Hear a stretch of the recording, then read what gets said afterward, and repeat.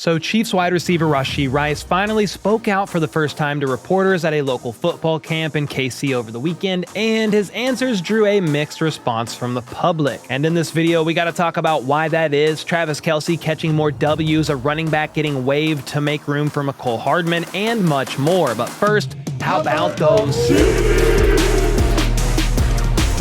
All right, first up, a former Chiefs third-round pick is hanging up the cleats after 9 seasons in the NFL. Veteran cornerback Steven Nelson was drafted by the Chiefs in the third round of the 2015 NFL Draft and played out his rookie deal for 4 years in KC before also playing for the Steelers, Eagles, and Texans. His time is now done, though, as he announced his retirement yesterday at the age of 31. Then today, a former Raider, the same age, 31, announced his retirement, and that's tight end Darren Waller. And while I don't care to dive into Darren Waller's career in details, former AFC West opponent was a dog of a tight end when healthy, and I wish him the best in his next chapter of life, even if he decides to pursue the music thing and it's not really that good. Next up, after it was reported that the Chiefs signed wide receiver Mecole Hardman to a 1-year deal last week, the question we all were asking was, how much did they sign him for? Well, my best guess was it was cheap, like close to league minimum, around $1 million-ish, considering how late they signed him. And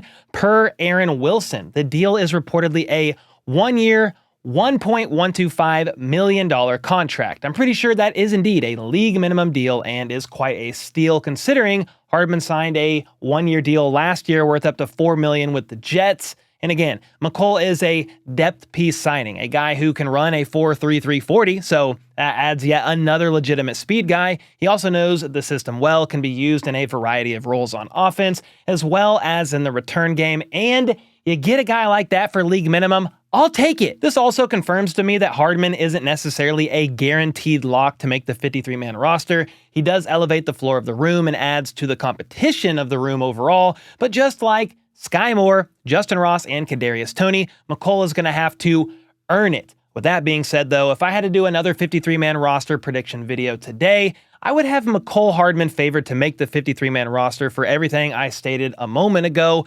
especially when you consider the fact they signed him for around a league minimum contract. And to make room for Mecole Hardman, the Chiefs actually released a running back. So we got to talk about who that was, as well as Rice finally speaking out publicly for the first time since his offseason troubles. But before I do, I got to let you guys in on something. Cereal for my family is all the way back thanks to the delicious sponsor of today's video, Magic Spoon. I'm dead serious when I say that tasting this cereal threw me back to Saturday mornings of my childhood during the 90s watching the animated series of Batman. But this cereal is upgraded with grown-up ingredients, even though kids will love it as well. These boxes have 0 grams of sugar, 13 to 14 grams of protein, and 4 to 5 grams of net carbs in each serving, totaling up to 140 calories in each of these servings. On top of that, Magic Spoon fits a variety of lifestyles. It's high protein, keto-friendly, gluten-free, grain-free, soy-free, wheat-free, and naturally flavored, which means this cereal contains no artificial flavors or dyes. My family recently got the variety pack and decided to have a cereal dessert feast after dinner. We tried all 4 delicious flavors. Fruity was my favorite. Then there was also frosted, cocoa, and peanut butter.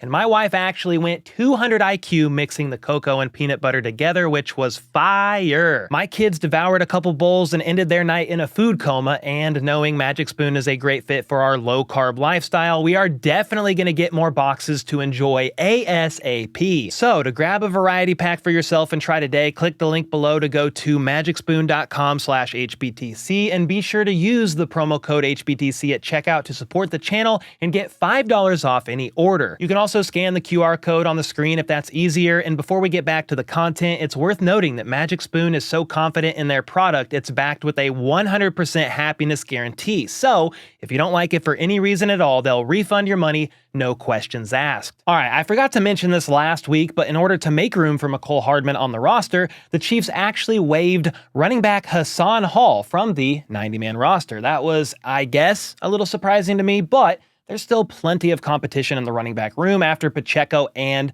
CEH. You have Keontae Ingram, Deneric Prince, Louis Rees-Zammit, Carson Steele, and Amani Bailey all battling it out for that RB3 spot. Some even surmise that KC could maybe roll with 4 running backs this year and use someone like Carson Steele as a bit of a hybrid fullback role.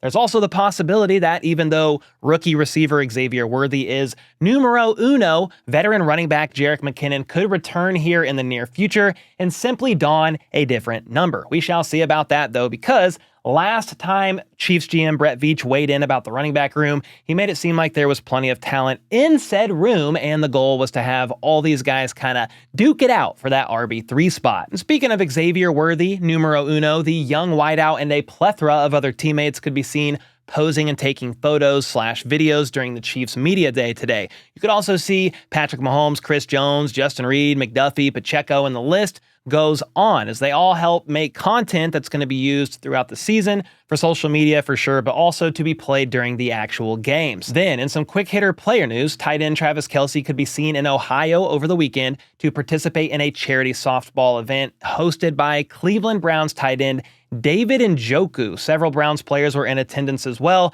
but Kelce ended up beating out former Chiefs running back Kareem Hunt in the home run derby, beating him 11-10 on a last-second home run that ended up winning it all. Kelce is a Cleveland native, so it made sense to see him there supporting the area he grew up, and I also love to see him walk out of there with a big ol' W as well. And speaking of W's, KC Current ended up defeating Seattle Reign FC by a score of 5-2, and they did so with Big Red, Big Teal yesterday in attendance getting things started. Patrick Mahomes and his wife Brittany, along with their kids, were also there, along with a bunch of Chiefs rookies. Then, here in a second, I'm going to get to Rice speaking out for the first time in person to media since his car crash situation at a football camp. But first, I want to talk about Chiefs defensive back Nazeeh Johnson. He also had a youth football camp in Winchester, Virginia, and not only did it sell out, but it looked like a great time with Chief Concerns being there in person to cover the entire event. And to see the full video on that, just go over to Chief Concerns YouTube page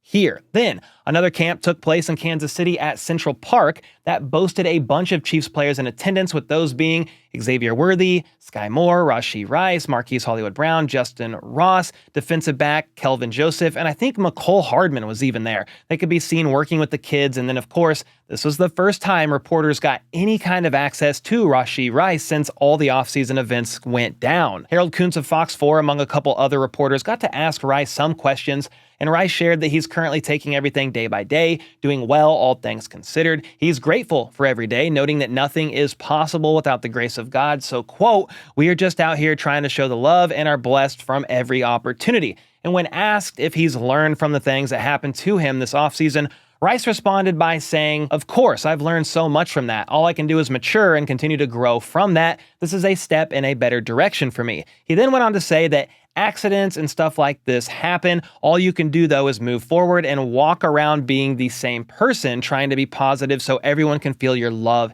and energy. He then finished by saying he's been leaning on his teammates in the KC community as he navigates the legal issues, and that he's been participating in the offseason workouts and plans on continuing to do so. And even if suspended, he can work with the team all the way through training camp and I believe preseason as well. Then if the suspension kicks in week 1, he's out of there, can't participate in practices or go to the games. That's conversation for another time, though.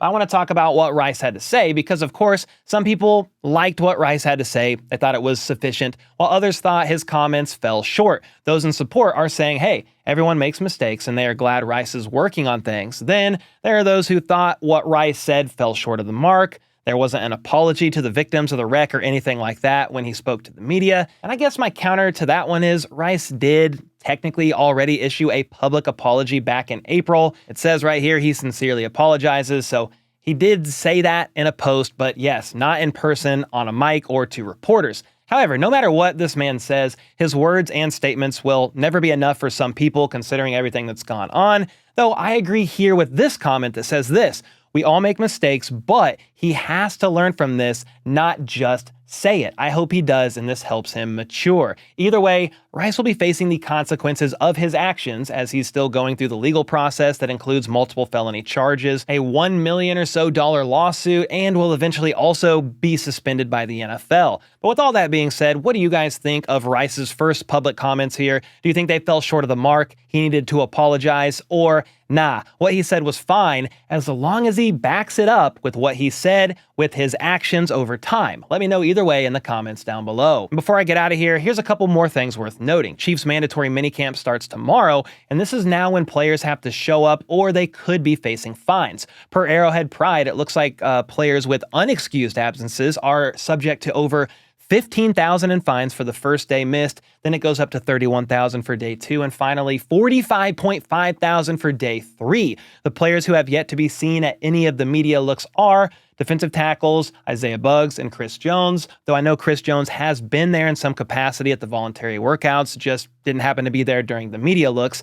Then also, running back Clyde Edwards-Helaire is yet to be seen, as well as wide receiver Kadarius Joka Toney and left guard Joe Thuney. And I would assume most of these guys do show up unless they have an excused absence, because who wants to lose out on roughly $90,000? In theory, nobody. That's pocket change to some, but to me, that is a piss ton. There's going to be a lot to digest from mandatory minicamp as well, because the media is going to be allowed at all 3 of these practices. And then most of these days, players and coaches will be speaking to the media in some capacity via pressers. It's also worth noting that there is still no real contact allowed yet, as the pads don't come on until training camp. And someone who may not be participating in mandatory minicamp, probably not, rather, is going to be BJ Thompson, though this absence should very well be excused. He had a seizure last Thursday morning, ended up going into cardiac arrest, and the Chiefs training staff actually had to perform CPR on him for over a minute and used an AED to help bring him back. From there, he was rushed to the hospital via an ambulance, where he remained unconscious but in stable condition. He was heavily sedated, I believe. But then Friday around noon, he was taken off the ventilator as he regained consciousness, and while I still have no idea what the cause of all this was, it looks like he could potentially be going home today. Dov Kleeman shared a photo of BJ sitting up and smiling in the hospital bed, noting that he is doing great and will return home tomorrow. However, I haven't yet seen this reported elsewhere, so while I'm not sure when exactly BJ will get to go home, I am grateful that he's doing well and trending upwards in the right direction. And with all that being said, I will see you guys tomorrow with another video update, but until next time, let's go. Let's freaking go. How about those?